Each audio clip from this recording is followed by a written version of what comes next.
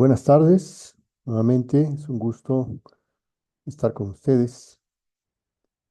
Y pues como habíamos anunciado en la última sesión, vamos a dar continuidad a estas sesiones grabadas para retomar la temática que, como ustedes bien saben, nos encontramos en esta segunda temporada. Este tema uno, es bastante extenso, bastante profundo. Hay muchos elementos a tomar en cuenta para poder realmente em, tener una concepción clara, conocimientos amplios y certeros acerca de este acontecimiento que fue decisivo en la historia de la humanidad y en los planes divinos. Por eso es que aquí, como ustedes pueden ver en esta diapositiva, hemos dividido el tema en dos, digamos, apartados, el 1A y el 1B. El 1A lo hemos concluido ya con la última grabación. Y en este segundo bloque, que sigue siendo parte del mismo tema, la caída de Adán y sus repercusiones, vamos a dedicar ahora esta sesión a hablar de nuestro magisterio, lo que nos enseña nuestra doctrina católica, concretamente nuestro catecismo de la Iglesia Católica, acerca de este hecho que está perfectamente marcado en las Sagradas Escrituras, el pecado original.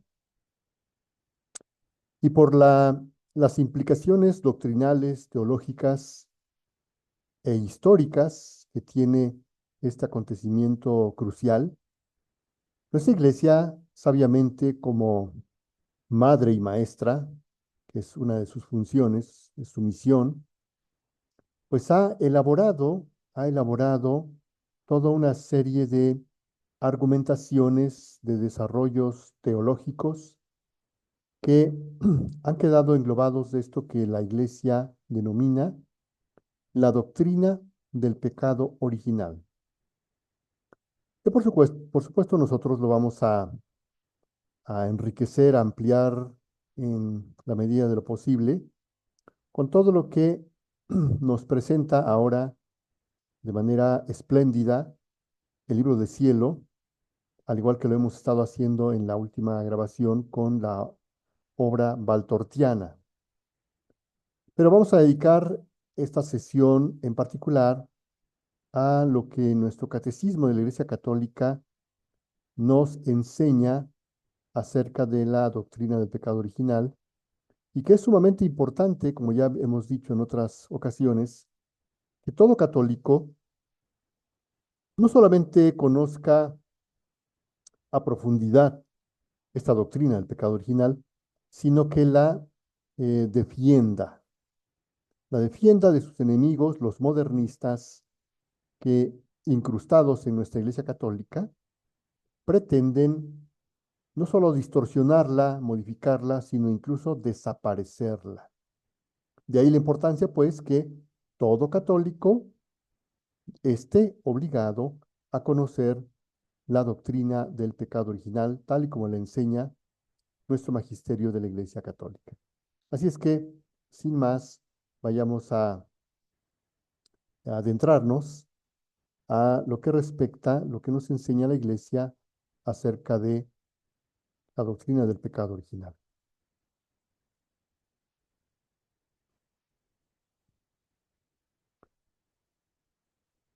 En este primer esquema que vemos aquí, queremos sintetizar o mostrar de forma esquemática, valga la redundancia,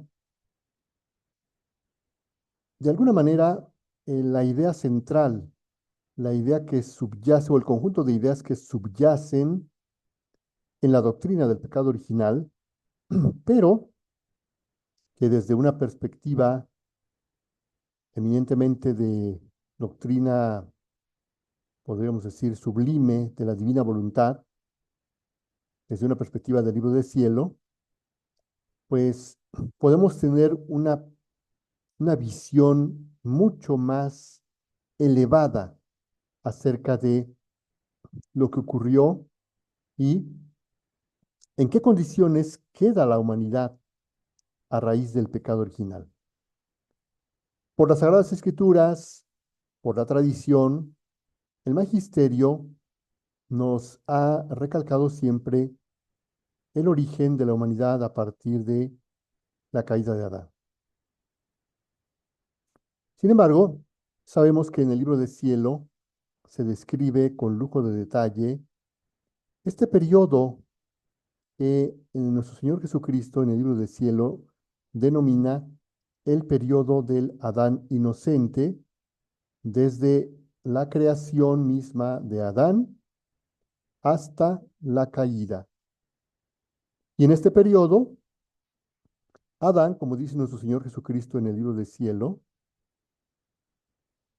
cumplió a la perfección el vivir, el vivir de voluntad divina. Así es que este periodo, por supuesto que no lo menciona la Sagrada Escritura, salvo un par de pinceladas donde se nos menciona que en el jardín del Edén Dios hablaba con su criatura, se paseaba con la brisa de la tarde por el jardín del Edén, conversaba con su criatura, pero nada más. Se menciona cómo fue creada la mujer a partir de la costilla de Adán y son unas cuantas pinceladas. De lo que sí nos habla con más precisión, con más detalle la Sagrada Escritura, es propiamente de la caída de Adán. Y por supuesto que el libro del cielo también nos da una enseñanza magnífica, sumamente sobrenatural acerca de este acontecimiento trágico de la caída de Adán. Pero lo que queremos resaltar en este esquema es que esta línea azul que vemos aquí, llamada el periodo del Adán inocente, en caso de que Adán hubiera pasado su prueba, en caso de que Adán no hubiera caído, no hubiera desobedecido, la vida de Adán habría continuado enteramente como vida divina, que es esta línea roja que vemos aquí, como continuación de la vida divina que él vivió a la perfección en ese periodo del Adán inocente. Y como consecuencia, todos sus descendientes, incluida Eva, habríamos vivido enteramente, exclusivamente, vida divina. Es decir, habríamos recibido de Adán en posesión la voluntad divina, y por lo tanto todos los actos de toda la familia humana, todos nosotros como descendientes de Adán y Eva, toda nuestra vida habría sido en la voluntad de Dios como vida divina.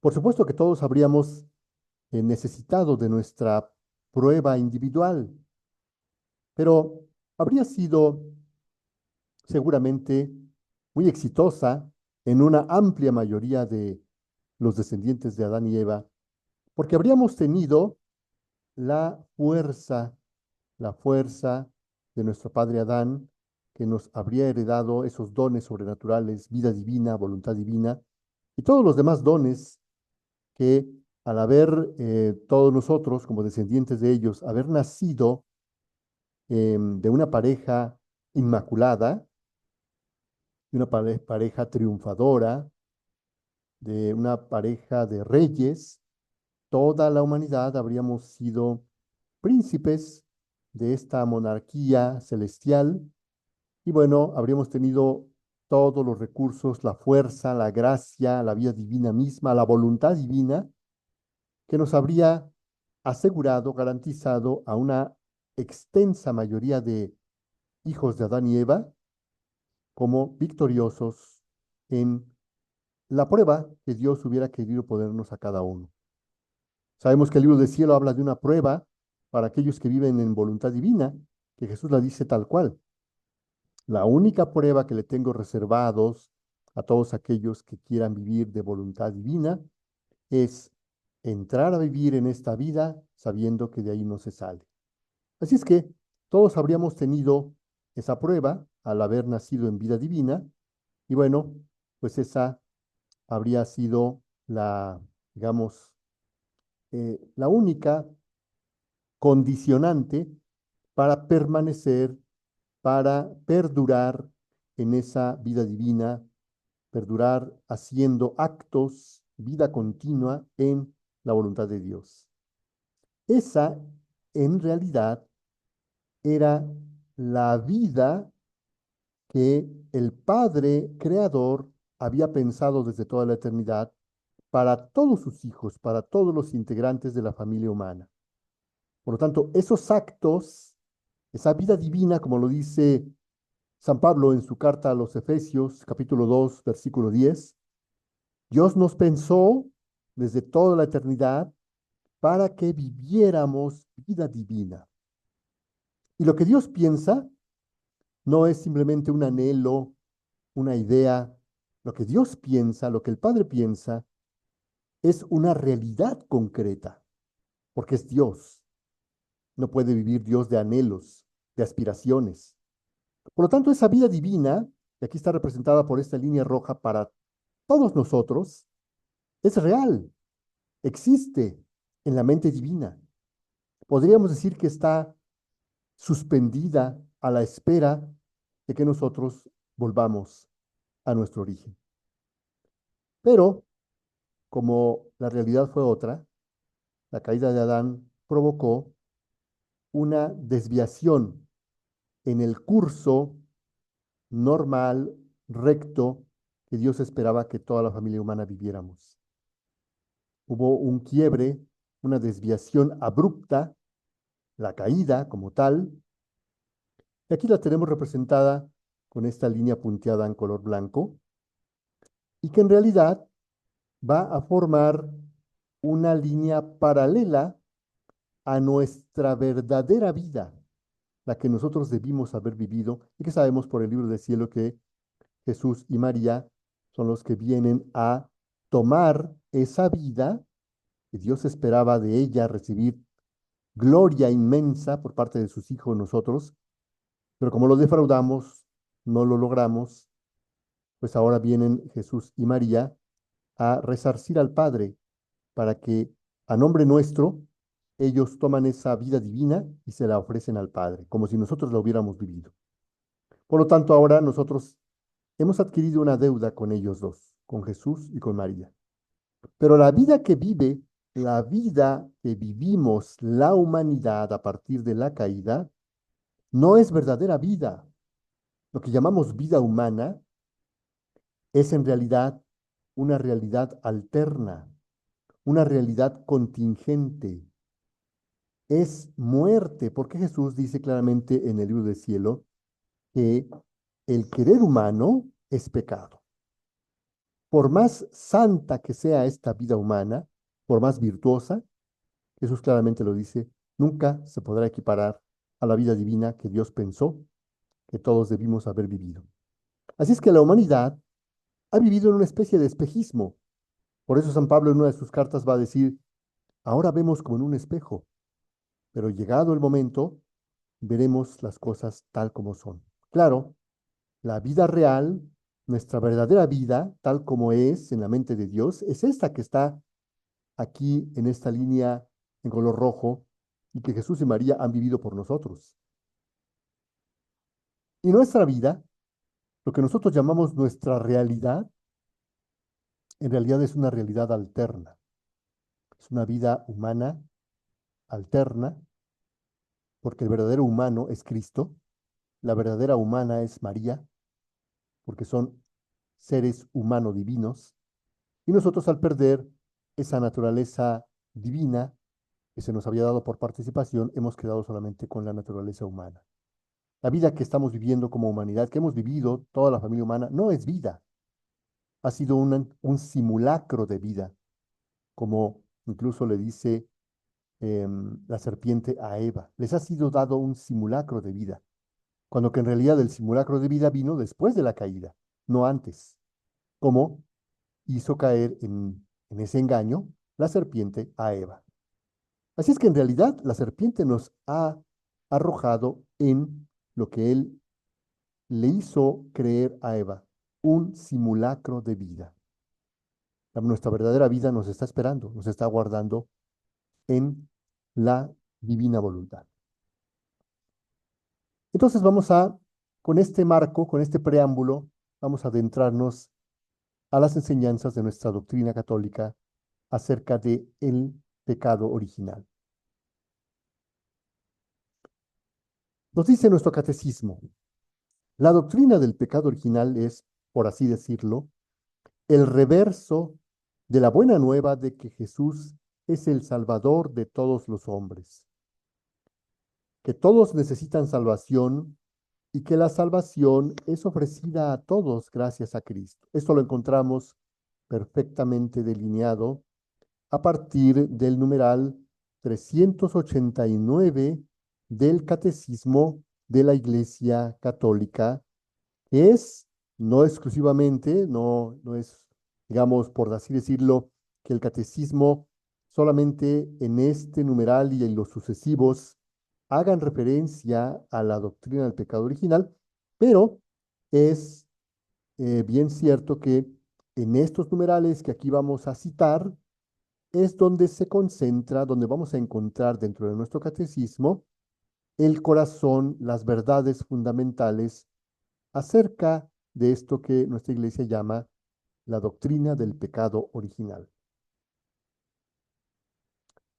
La iglesia, que tiene el sentido de Cristo, como lo dice la primera carta a los Corintios, sabe bien que no se puede lesionar la revelación del pecado original sin atentar contra el misterio de Cristo. ¿De qué nos está alertando aquí el numeral 389 de nuestro catecismo?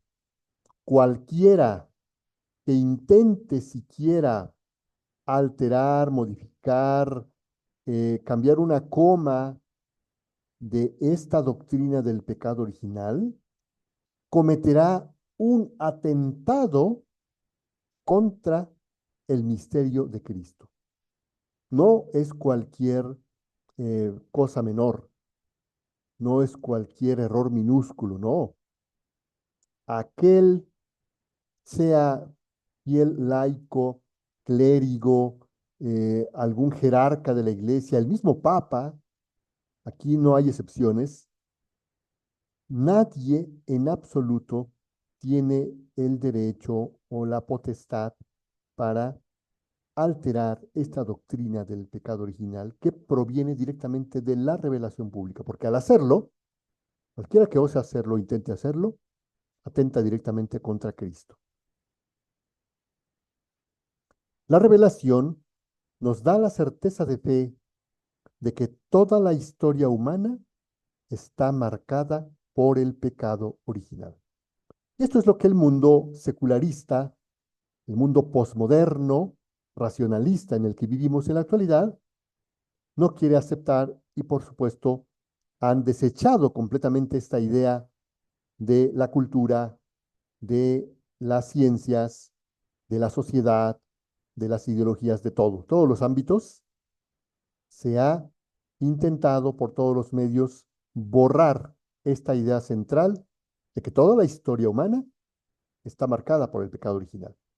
Y lo triste es que ahora también, dentro de la iglesia, por esta influencia nociva del modernismo, también se está intentando borrar o tergiversar esta revelación acerca del pecado original, que fue libremente cometido por nuestros primeros padres. La escritura muestra las consecuencias dramáticas de esta primera desobediencia. Adán y Eva pierden inmediatamente la gracia de la santidad original. Vemos aquí entonces un elemento importantísimo porque incluso algunos clérigos que supuestamente conocen de divina voluntad, conocen el libro del cielo, han hecho estudios profundos a nivel de tesis doctorales acerca del libro del cielo. Bueno, con todo y eso, eh, no han entendido absolutamente nada de las ideas centrales del libro del cielo, de la divina voluntad. Porque han llegado a decir que solamente hay un tipo de santidad. Cuando aquí claramente nuestro propio catecismo hace esta distinción de santidad original que se perdió. Entonces uno se preguntaría, bueno, cuando la iglesia eleva al rango de santo, cuando la iglesia canoniza a alguna persona, sea un católico laico, ordenado, un consagrado, no importa. Bueno, ¿de qué santidad estamos hablando? Que es la que le reconoce nuestra Iglesia Católica cuando canoniza a alguna persona. Por supuesto que se trata de otro tipo de santidad, no la santidad original, que aquí el propio catecismo está perfectamente señalando. Así es que podemos, partiendo de esta idea, tener claro que existen dos santidades, como lo dice claramente el libro del cielo. La santidad original es la santidad divina y la santidad en modo humano, que es la que conocemos, con la que estamos muy familiarizados porque es la que le reconocemos a nuestros santos, a los cuales tenemos tanta devoción, pues es una santidad no original, una santidad humana, una santidad basada en virtudes, como lo dice el, el rezo, como lo dice la liturgia en el momento de canonizar a alguien, por haber practicado las virtudes en grado heroico, se le eleva a los altares. Así es que esto como paréntesis, porque es muy importante que veamos cómo desde el propio catecismo se distingue claramente entre estas dos santidades, la original, la divina, y la que vendría posteriormente, la santidad basada en virtudes, santidad humana. Adán y Eva tienen miedo del Dios de quien han concebido una falsa imagen. ¿Qué es lo que buscaba la serpiente? Que Adán y Eva eh, tuvieran una imagen distorsionada de Dios, tuvieran otra idea del Dios verdadero. Y lo logra, como se narra en Génesis 3, 9, 10. La de un Dios celoso de sus prerrogativas, como aparece en Génesis 3, 5. Entonces ahora la humanidad ve con recelo a Dios, ve a Dios como alguien que le quiere quitar sus prerrogativas, le quiere quitar su libertad, que es precisamente lo que buscaba la serpiente al convencer a Adán y Eva con la desobediencia. La armonía en la que se encontraban, es decir, Adán y Eva, establecida gracias a la justicia original, vean cómo este término de justicia original es equivalente al de la santidad original. En otro párrafo, el mismo catecismo habla de santidad y justicia originales, es decir, la vida divina. Pues esta justicia original queda destruida y se pierde la armonía entre la primera pareja. El dominio de las facultades espirituales del alma sobre el cuerpo se quiebra, es decir, pierden los dones preternaturales, integridad del ser, ciencia infusa, etcétera. La unión entre el hombre y la mujer es sometida a tensiones, como se narra en Génesis 3, 11, 13. Sus relaciones estarán marcadas por el deseo y el dominio, según Génesis 3:16. La armonía con la creación también se va a romper. La creación visible se hace para el hombre extraña y hostil. Claro, ya hemos leído que en el libro del cielo Jesús dice que como la creación no se salió de la divina voluntad, la creación sigue dentro de la voluntad de Dios, obedeciendo las leyes que Dios le puso a todos los seres creados, animales, vegetales, minerales, planetas, galaxias, todo se rige por la voluntad de Dios.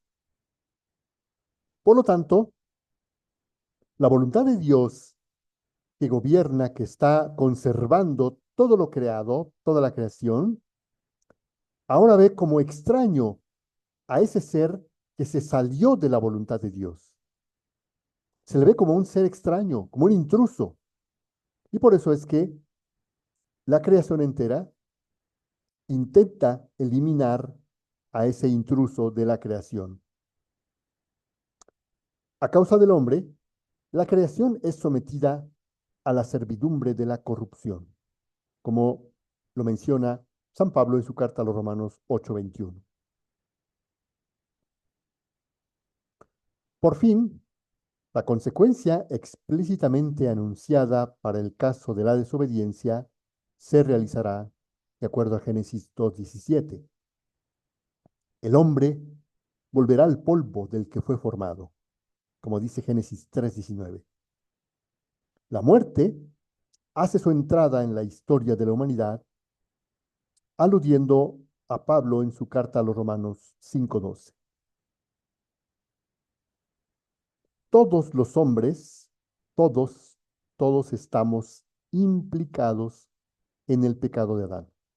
Esta es una de las tesis más controversiales precisamente de esta doctrina del pecado original.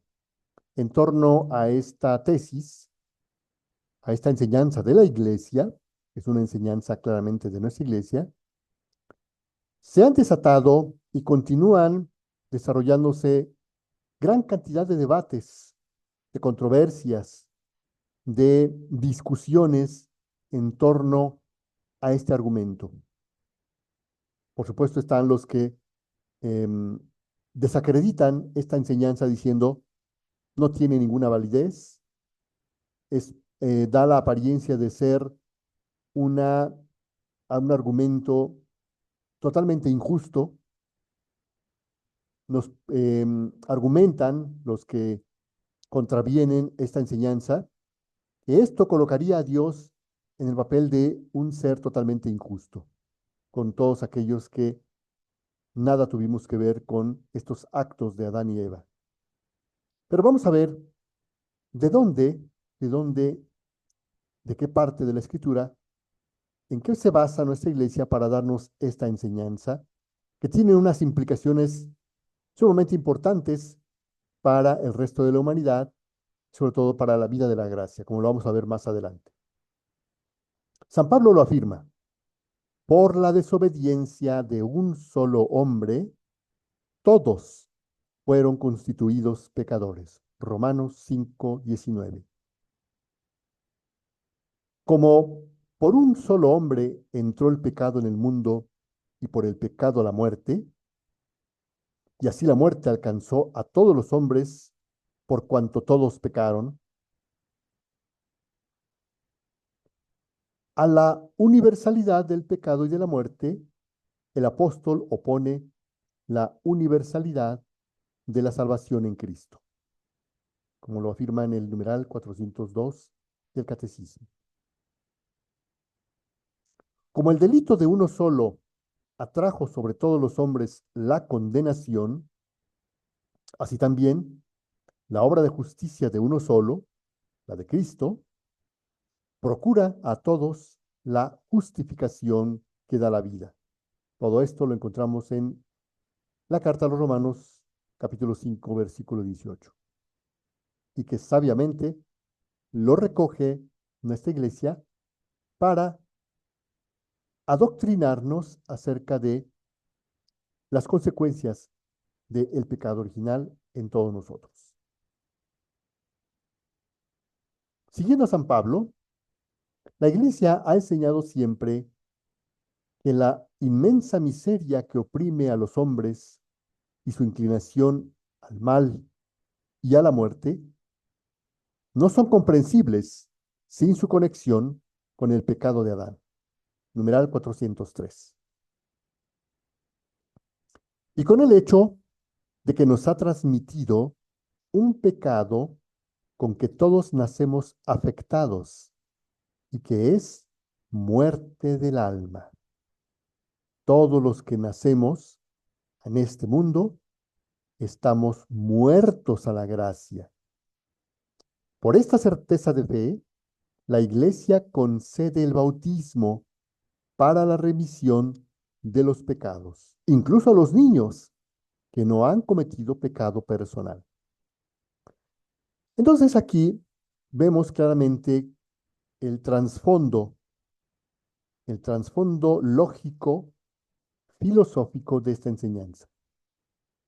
Lo que nos dice la Iglesia es, el pecado de Adán y Eva fue en ellos un acto personalísimo y totalmente libre.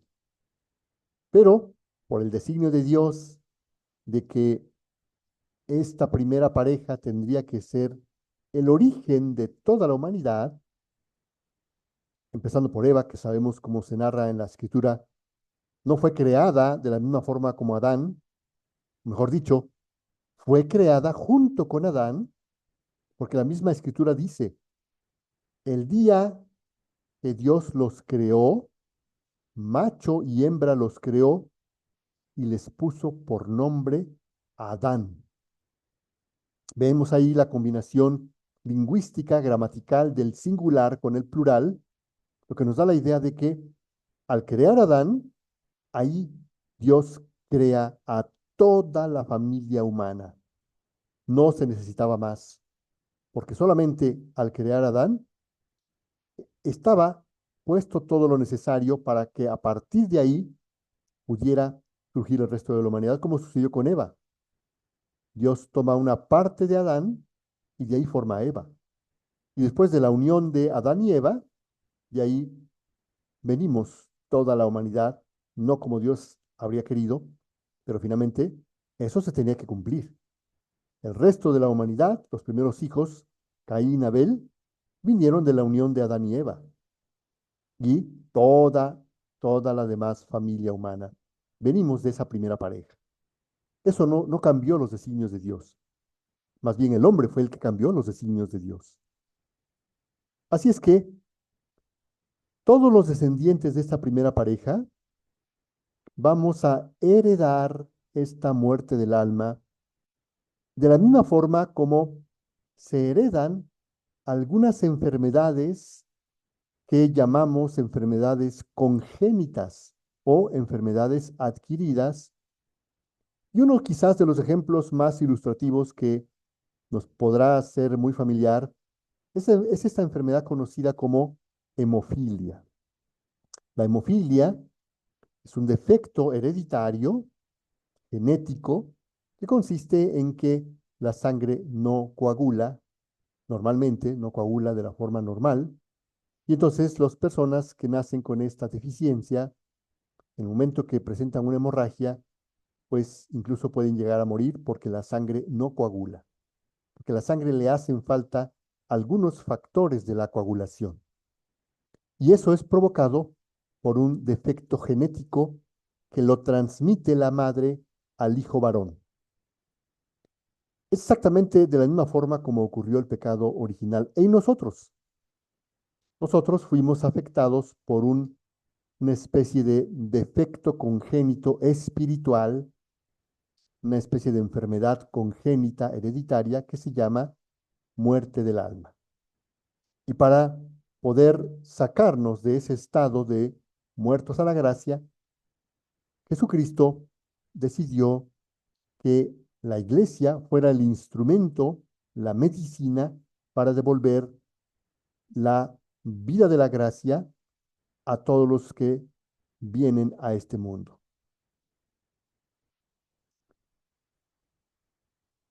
Y el propio catecismo nos plantea esta pregunta a manera de reflexión. ¿Cómo el pecado de Adán vino a ser el pecado de todos sus descendientes? Y el propio catecismo nos da la respuesta. Todo el género humano es en Adán sicut unum corpus unius hominis, como el cuerpo único de un único hombre. Esta frase la pronunció Santo Tomás de Aquino en su tratado sobre la creación del hombre, sobre el pecado original, de la Suma Teológica.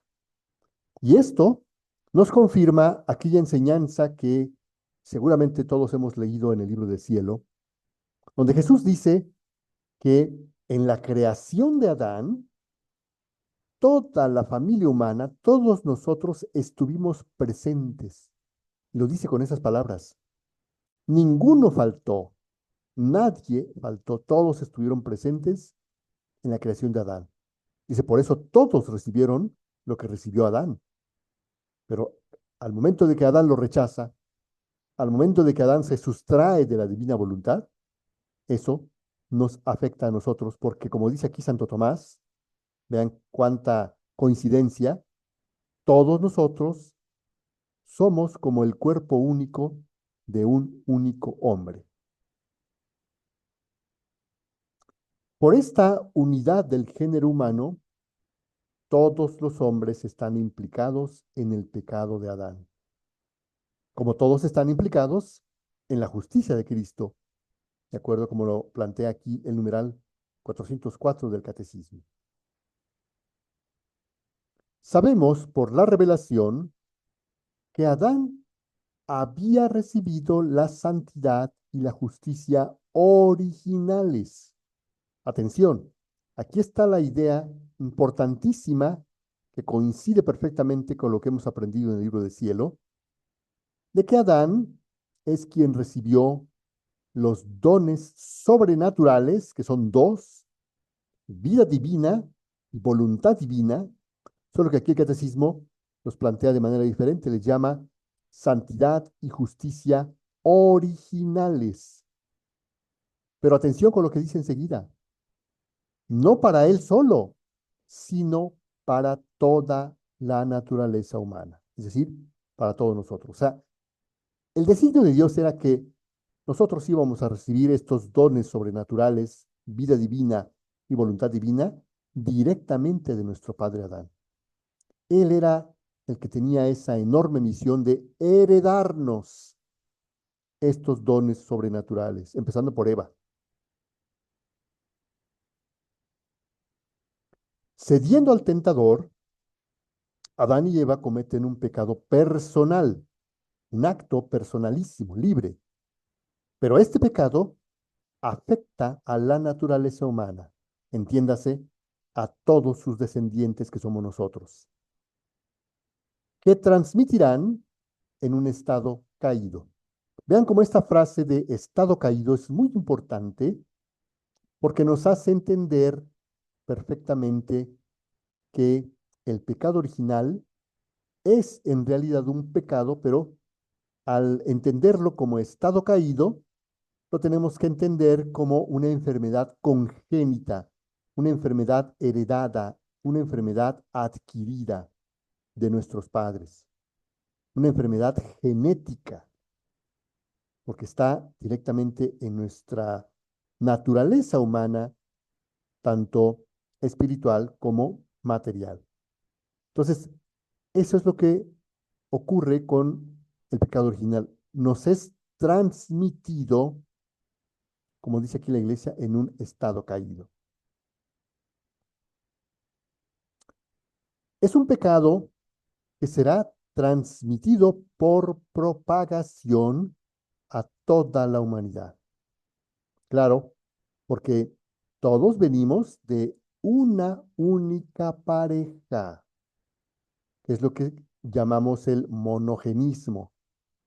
Y esta idea del monogenismo es una idea también altamente controversial que los modernistas en nuestra Iglesia Católica han sometido a debate, lo han, digamos, puesto en la mesa de discusión para contraargumentarlo, queriéndolo mezclar con todas las ideas que actualmente hay en el mundo secular, en el mundo racionalista, que pues como ahora sabemos que los avances científicos, los avances de las ciencias racionalistas, pues ahora definitivamente dicen esa idea del monogenismo, definitivamente hay que desecharla, echarla por tierra, porque ahora se nos habla de que venimos de una simia que encontraron sus restos en África, la Mona Lucy, y bueno, toda una sarta de argumentos con los que ahora nos pretenden convencer para erradicar la idea del monogenismo. Pero nuestra doctrina es muy clara, dado que tenemos por revelación que aceptar esta verdad del monogenismo. Eso es el fundamento para entender cómo se propagó el pecado original a toda la humanidad. Es decir, por la transmisión de una naturaleza humana privada de la santidad y de la justicia original. Vean cómo vuelve a enfatizar estos dos dones sobrenaturales que desde la perspectiva del libro del cielo, pues nosotros los entendemos perfectamente como vida divina y voluntad divina. En pocas palabras, y resumiendo, Adán desheredó, desheredó a todos sus descendientes. Adán era el hombre más opulento, más rico, jamás imaginado en toda la historia de la humanidad. Ninguno de estos jeques árabes, ninguno de estos grandes magnates que conocemos en la actualidad, tenía tal opulencia, tal riqueza como la que poseía Adán, porque no solamente era rico desde el punto de vista material, por ser el rey de la creación, que todo le rendía obediencia, todo el universo entero, sino principalmente porque era el único poseedor de la mayor riqueza que puede poseer una criatura humana, los dones sobrenaturales. Volvemos a repetir, vida divina y voluntad divina, que aquí el catecismo nos los presenta como santidad y justicia originales. Esto que Adán nos debió haber heredado, ya no lo pudo heredar. Y por eso nuestra naturaleza humana nos es suministrada, privada de estos dos grandes dones sobrenaturales. Por eso, el pecado original, atención con esta idea, es importantísima porque nos debe servir para sacar del error a todos aquellos que nos argumentan de que por qué la iglesia plantea una situación altamente injusta al decir que todos tenemos culpa, que todos tenemos algo de responsabilidad en ese pecado original si ni siquiera habíamos nacido, y que eso es una gran injusticia por parte de Dios. Aquí está el argumento central para debatir, defender nuestra doctrina y sacar del error a todos aquellos que viven en la oscuridad. Claramente lo dice, el pecado original es llamado pecado entre comillas de manera análoga. Es un pecado contraído, no cometido. Es un estado, no un acto.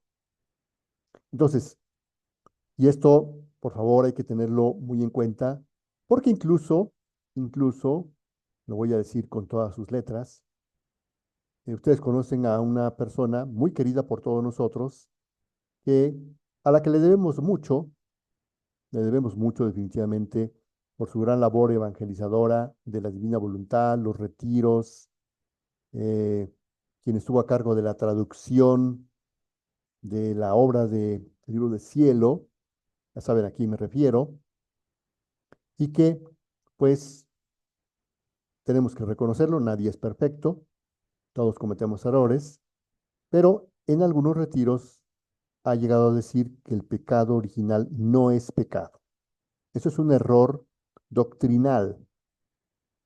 Si es pecado, sí es pecado, como lo dice aquí el numeral 404, pero en una connotación análoga a la noción que tenemos de pecado como acto libre de la voluntad. Cuando uno comete un acto libre de su voluntad, como dice el propio catecismo, con pleno conocimiento y pleno consentimiento, eso que define como pecado es un acto. Pero aquí le llama al pecado original también pecado, pero aclara que es un pecado contraído. Es un pecado en forma de estado del alma, estado de la naturaleza humana. No es un acto, no es que yo haya estado con Adán en el momento que él tomó la decisión y junto con él yo haya dicho, no, no quiero obedecer a Dios, no, sino que se propaga como un estado de naturaleza caída, pero de que se le debe llamar pecado es correcto teológicamente, doctrinalmente. Así es que, como decimos coloquialmente, al mejor cazador se le va la liebre. Pero lo que sí tenemos que tener claro es que los conceptos, las definiciones que nos da nuestra doctrina católica son muy precisas, muy claras, y nadie tiene derecho a modificarla. Nadie, ni siquiera el más conocedor incluso de libro de cielo, de la divina voluntad, el teólogo más avesado, no tienen por qué tergiversar los conceptos que nos enseña nuestro catecismo de la Iglesia Católica. Aunque propio de cada uno, es decir, el pecado original, cada uno lo tiene como estado propio del alma, el pecado original no tiene en ningún descendiente de Adán un carácter de falta personal. Vean cómo aquí el propio catecismo vuelve a hablar de lo mismo para que la idea quede bien reafirmada y no se preste a confusión. Vuelve a decirnos lo que ya nos dijo anteriormente en las líneas anteriores, pero de otra manera, refraseado para recalcar y dejar bien claro que en nosotros, los descendientes de Adán, el pecado original no es una falta personal, sino es un estado de naturaleza humana caída. Es la privación de la santidad y de la justicia originales. Este numeral 405 casi que nos lo tendríamos que memorizar, porque de esa manera la idea, el concepto, la enseñanza nos va a quedar perfectamente clara y ya no va a haber nadie que nos convenza de lo contrario y que nos quiera volver a eh, caer en errores. Y nosotros vamos a tener la posibilidad también de ayudar a otros hermanos a salir del error cuando se dejan envolver por todas estas ideas modernistas que hay en la actualidad. Pero la naturaleza humana no está totalmente corrompida, como lo decía Lutero, y más adelante hablaremos acerca de los errores del luteranismo, del propio Lutero, que argumentaba que a partir, como consecuencia del pecado original, Lutero decía que la naturaleza había quedado totalmente corrompida, lo cual es falso. Por eso aquí el Catecismo lo enfatiza. Está herida en sus propias fuerzas naturales, sometida a la ignorancia, al sufrimiento y al imperio de la muerte, e inclinada al pecado, lo que ya hemos estudiado en otra ocasión, que es la famosa concupiscencia, que se debe entender como esa tendencia, esa inclinación al pecado. Pero no necesariamente la concupiscencia es algo malo. Recordar que en el propio libro de cielo, nosotros ya la hemos estudiado también, de boca de nuestro propio Señor Jesucristo, cuando nos da esa magnífica lección acerca de las famosas miserias de la naturaleza humana. Cuando él dice que él mismo puso esas miserias en la naturaleza humana, que son las que nos inclinan hacia el mal, para que nosotros nos peleemos, para que entablemos una batalla contra esa inclinación al mal, con ayuda de la gracia podamos vencer esa inclinación al mal que se llama concupiscencia, y ahora entonces la concupiscencia fue utilizada a nuestro favor, a favor de Dios. Por lo tanto, la concupiscencia en sí misma no es mala.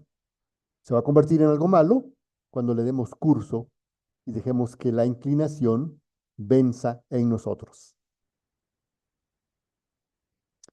El bautismo, dando la vida de la gracia de Cristo, borra el pecado original y devuelve el hombre a Dios.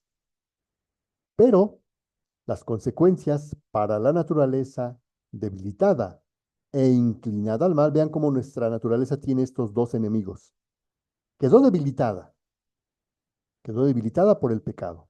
Es como un enfermo que, imaginen, alguien que sufre un accidente vascular cerebral, un infarto cerebral, pues va a tener un momento de crisis, lo tienen que hospitalizar, quizá lo tienen que operar, sale de la operación, del momento de crisis, sale de la terapia intensiva, salvó la vida, pero su organismo va a quedar debilitado. No va a poder caminar igual, no va a poder hablar igual, va quizás a necesitar un periodo largo de rehabilitación. Es exactamente lo que nos pasó. Nuestra naturaleza humana, mismamente la espiritual, quedó debilitada. Y si a eso le agregamos esta famosa concupiscencia que nos inclina al mal, que ya sabemos que son las miserias de la naturaleza humana, bueno, pues entonces nos borran ese pecado original, pero se mantienen estas consecuencias. Estas persisten en el hombre con una finalidad,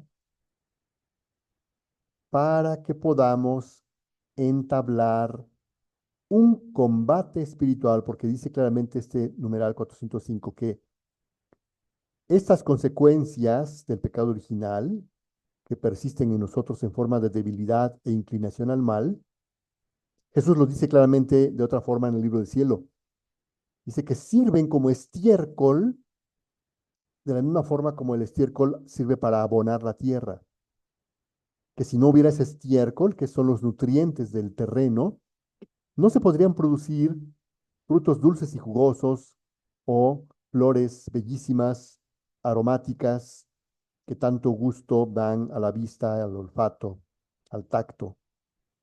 De la misma forma, el hombre no podría producir bienes en forma de virtudes, de actos buenos, de actos heroicos, si no tuviera estos insumos básicos, así como el estiércol, que son el debilitamiento y la inclinación al mal.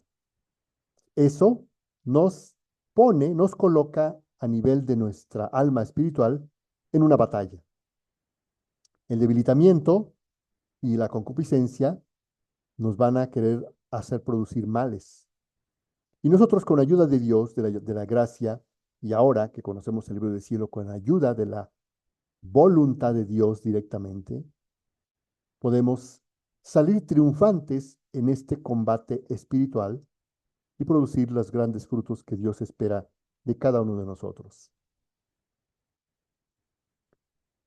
La doctrina sobre el pecado original, vinculada a la doctrina de la redención de Cristo, vean cómo hay una estrecha relación entre estas dos doctrinas. Por eso es que el, el daño que se le llegaría a hacer a nuestra iglesia si es que esta doctrina del pecado original se cambia, se modifica, se tergiversa o incluso se desaparece, sería catastrófico, porque hay una estrechísima relación entre la doctrina del pecado original con la doctrina de la redención de Cristo.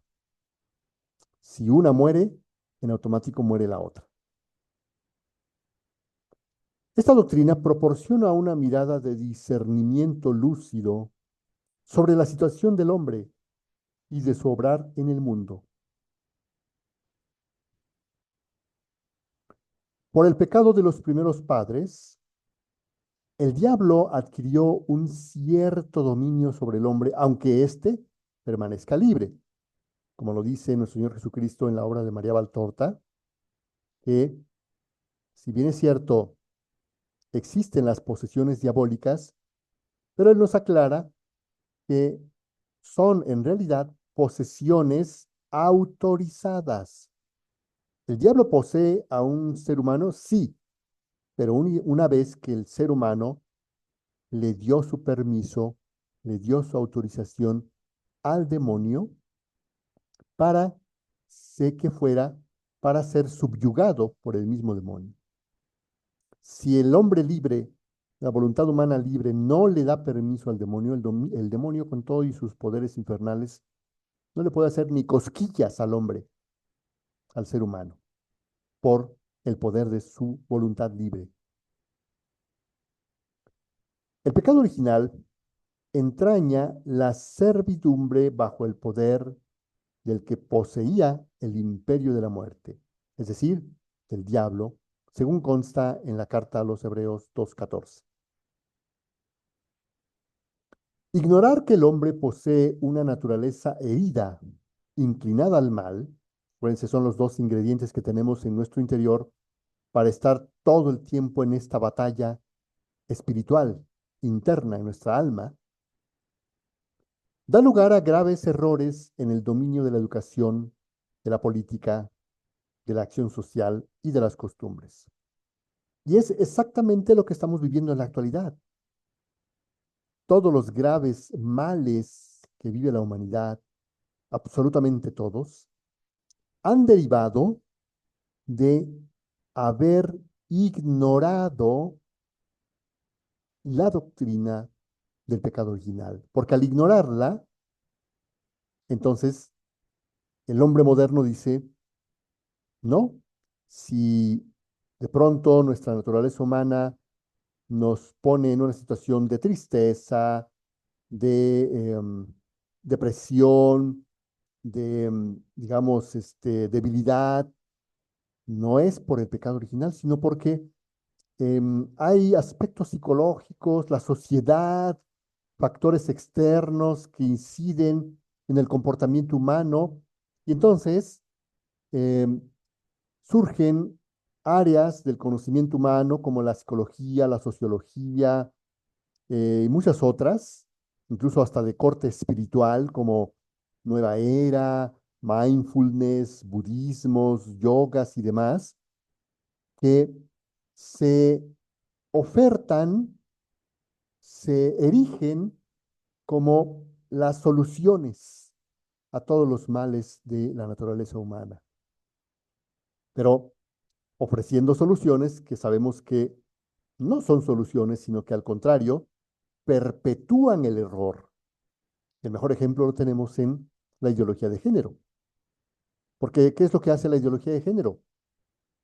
No reconocer el problema de la homosexualidad como lo define nuestro catecismo, como un mal intrínseco, como un comportamiento erróneo intrínseco.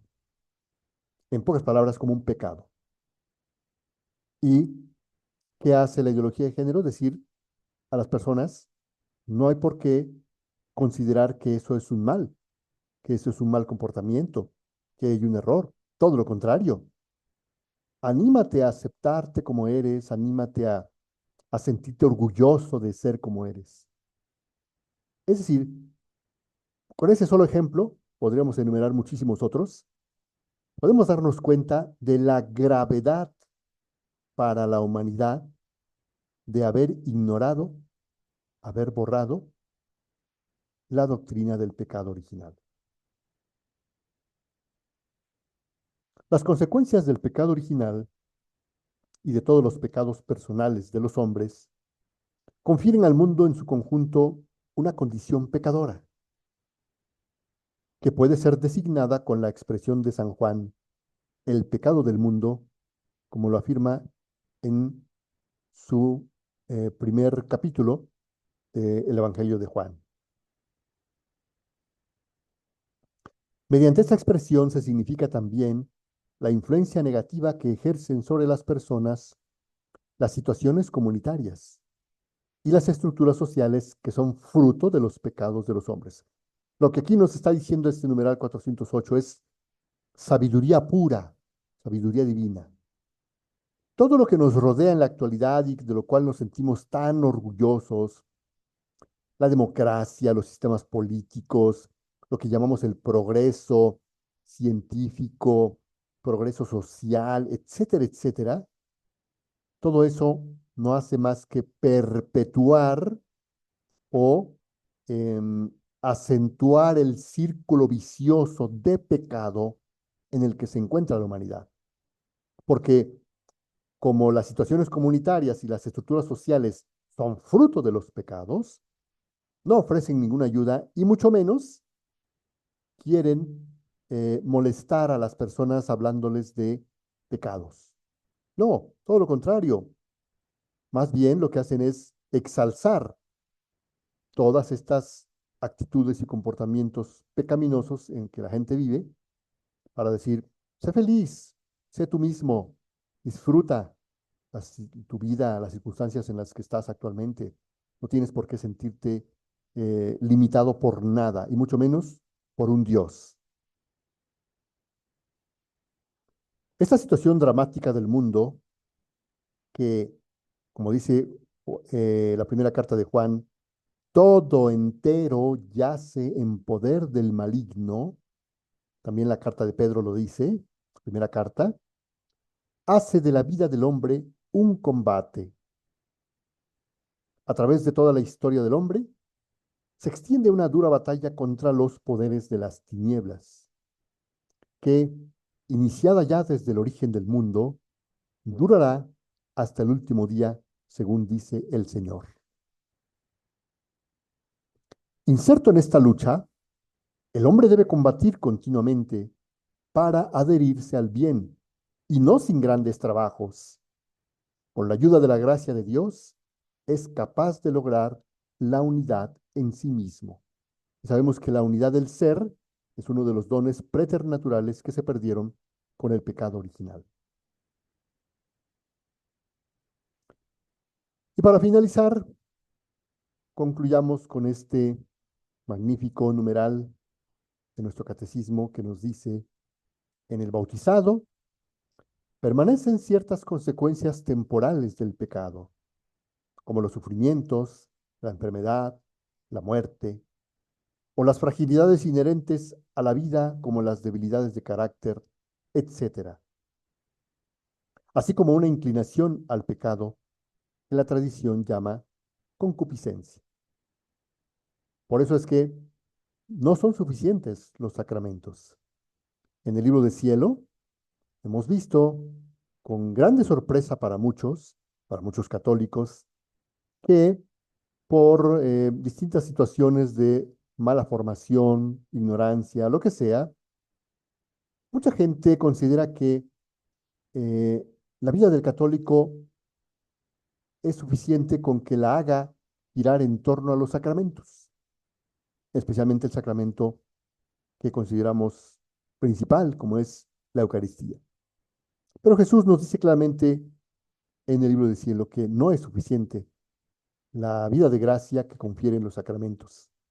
Incluso hablando de una jerarquía de sacramentos, como a veces nosotros los católicos lo hemos entendido cuando nos referimos a la Eucaristía, al cual consideramos como el más importante de todos los sacramentos, Jesús dice claramente, si de jerarquía se trata, de jerarquía de sacramentos, pues incluso la forma como los católicos lo hemos entendido es incorrecta. Y él claramente en el libro del cielo nos dice que la cruz es el mayor de todos los sacramentos. Eso en los primeros volúmenes, cuando apenas va conduciendo a las almas por el camino de las virtudes, de la santidad humana.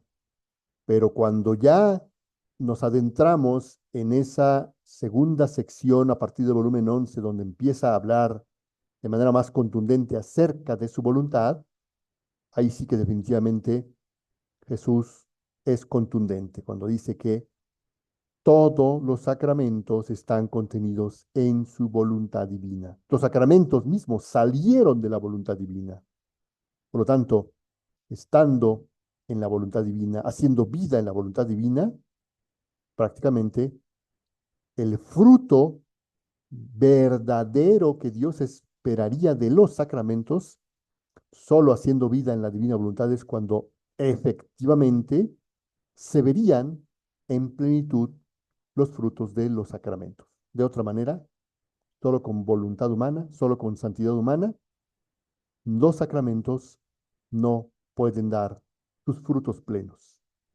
Así es que creo que aquí este numeral es muy ilustrativo porque nos está diciendo, no basta el bautismo, hay que pelearse, hay que entrar en la batalla, hay que usar esa concupiscencia, esas miserias de la naturaleza humana para armas que nos sirvan en la batalla para salir vencedores, para triunfar, para llegar llenos de riquezas y todo ese caminar, cómo batallar, cómo salir triunfantes, se nos va a enseñar magistralmente en el libro del cielo y también parte de la obra valtortiana. Así es que eh, con este numeral 1264 de nuestro magnífico Catecismo de la Iglesia Católica, concluimos esta sesión dedicada exclusivamente a la doctrina del pecado original, tal y como nos lo enseña nuestra Santa Madre, la Iglesia Católica. Los esperamos, como siempre, en la siguiente entrega y hasta la próxima.